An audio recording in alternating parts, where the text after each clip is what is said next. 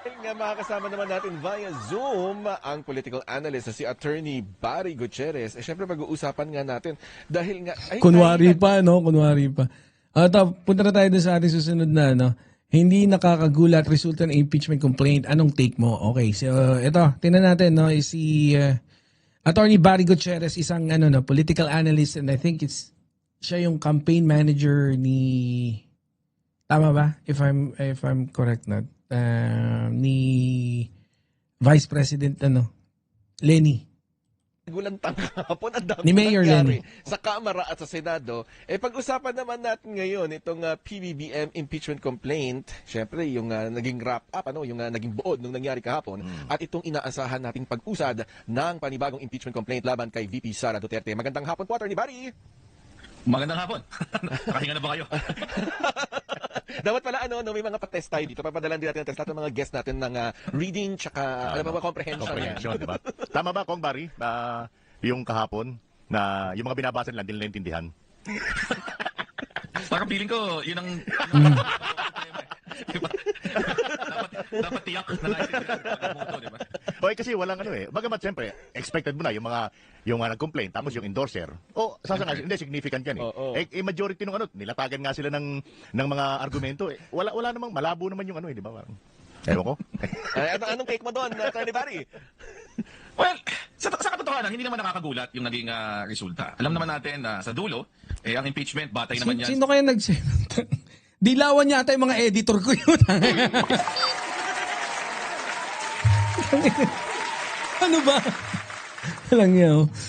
Sige.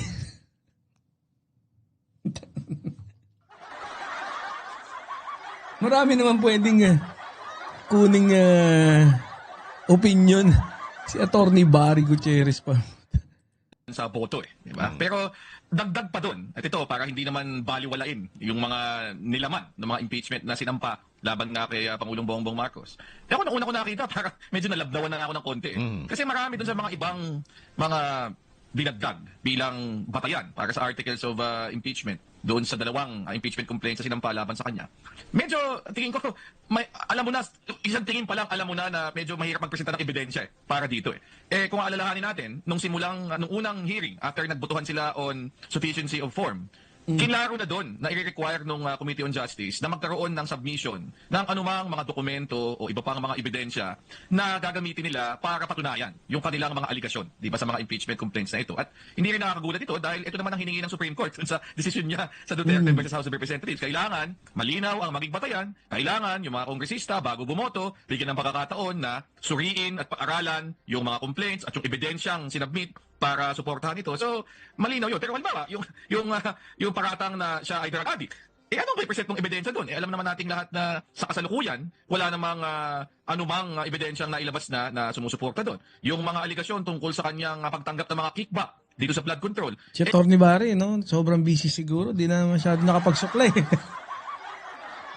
Labas doon sa naging statement ni Congressman Saldico na hindi naman pwedeng gamitin dahil hindi naman under oath, wala namang ibang ebidensya ang mailalagay dito. So, simula pa lang, alam mo na medyo mabibiting doon sa aspetong yon dito sa complaint itong dalawang complaint na sinampa nga kay BBM. Kahapon kasi, doon sa isinampang reklamo kay BBM ng Makabayan Black, ina-accuse niya ang Pangulong BBM. Ito, tinan mo, biruin mo, nag-ano ka, kanina parang feeling niya okay daw lahat di ba? Parang ganun. And then, of course, attorney to si Barry Gutierrez, di ba? Ang opinion niya na kagad, so hindi, okay din naman pala. So nagulat siya, no? Hindi na siya nagulat kung ano man yung naging itsura. Di ba? Kasi okay naman medyo mahina. Feeling na nila nung presentation pa lang for the sa form, kung substantial ba sa form, sufficient in form pala. Pinagsusumite, wala paano nga ma-justify yung di ba? Nag-institutionalize ng systemic corruption. Tinatawag nila BBM formula. Ikalawa, yun daw abuse of discretionary power kapag pinag-usapan yung mga unprogrammed appropriations. At yung direct and personal involvement daw ng Pangulong BBM sa mga kickbacks at saka sa mga insertions. May mga puntos na dapat mahimay kung ano nga ba yung dahilan kung bakit ito'y insufficient in form. Oo, hindi kasi halimbawa dun sa reklamong nag-institutionalize daw ng Insufficient inform? Parang sinabi... Ito naman dalawang ano to. Hindi ko maintindihan kayong dalawa. Insufficient. Parang sinabi sufficient inform, di ba? Oo. ng systemic corruption ang Pangulong BBM. Tinawag pa nga nilang BBM formula daw Para daw, lahat kasi nung tatlong reklamo nila, nakapaloob dun sa ano isa lang pinupuntahan yung kung bakit nagkaroon ng flood control anomaly. Ano pong take niyo doon, Attorney Barry? Attorney Barry? Attorney? Oo. Nandiyan pa ba si Attorney? Oo, mukhang baka sumabay na break nung nag-break din tayo. Ayan po, Attorney Barry, narinig niyo po yung tanong? Attorney Barry? Hindi, sorry. Ngayon ko lang narinig ko. Ayan, pakiulit ko Kaya yan. yung hanging question kanina. Yung hanging question po kanina. Hindi, ang problema kasi doon sa mga issue na sinama doon sa impeachment complaint ng Makabayan na may kinalaman sa budget. Kabiruin nyo, no? So, ayan, no? Si ano nga rin, si Attorney Barry, dilawan to, Di ba?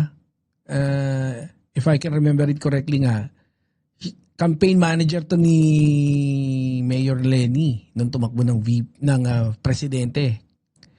No? Kalaban ni PBBM.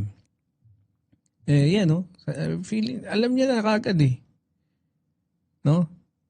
Walang substance. Hindi papasa dun sa substance. So, alam niya na kagad na maano yung impeachment. Maibabasura. Pero si Laila de Lima, no? Talagang halimaw sa pagdepensa Di ba? Kahapon. Kaya ako, alam mo, I'll be very honest, maraming kumukumbinsi sa akin na, no.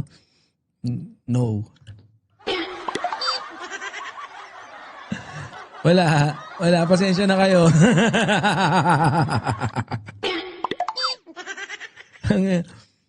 No?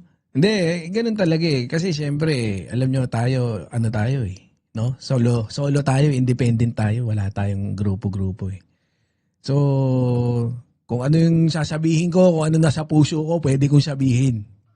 Walang kumukontrol sa atin. Ito yung mga patungkol doon sa bakit daw nilagyan ng autorisasyon, yung release ng unprogrammed funds. Bakit daw, supposedly, nagkaroon daw ng insertion, ito yung sinasabing saldi ko, nadagdag during the budget process itself.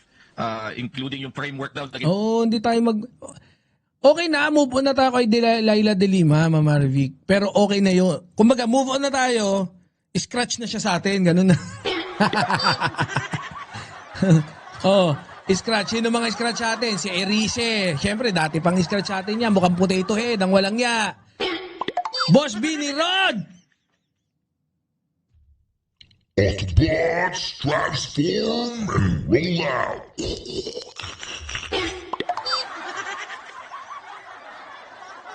Diba? Scratch na sa atin yan si Laila de Lima. Si Laila de Lima, sino pa ba? Si Erice, scratch din sa atin sino pa? Si Jokno, scratch sa atin si Bam Aquino, scratch sa atin si Kiko Pangilinan, scratch kayong lahat. Kala nyo nabubuisit na naman ako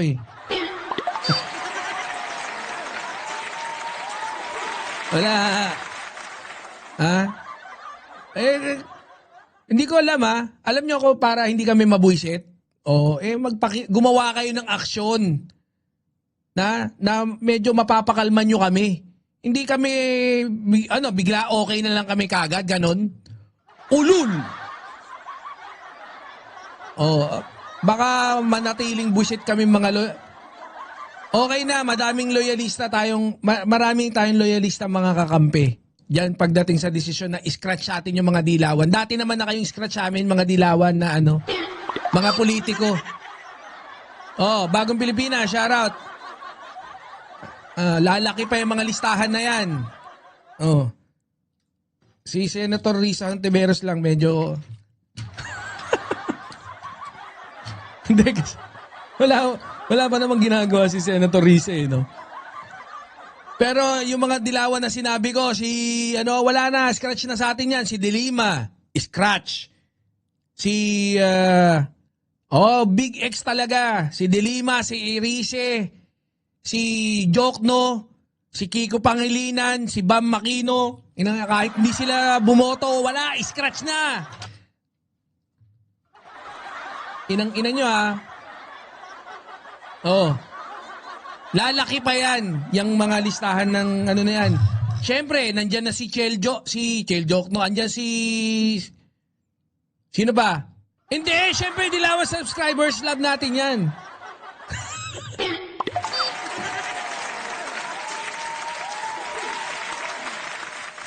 Pag dilawan na tropa, siyempre, love natin yan.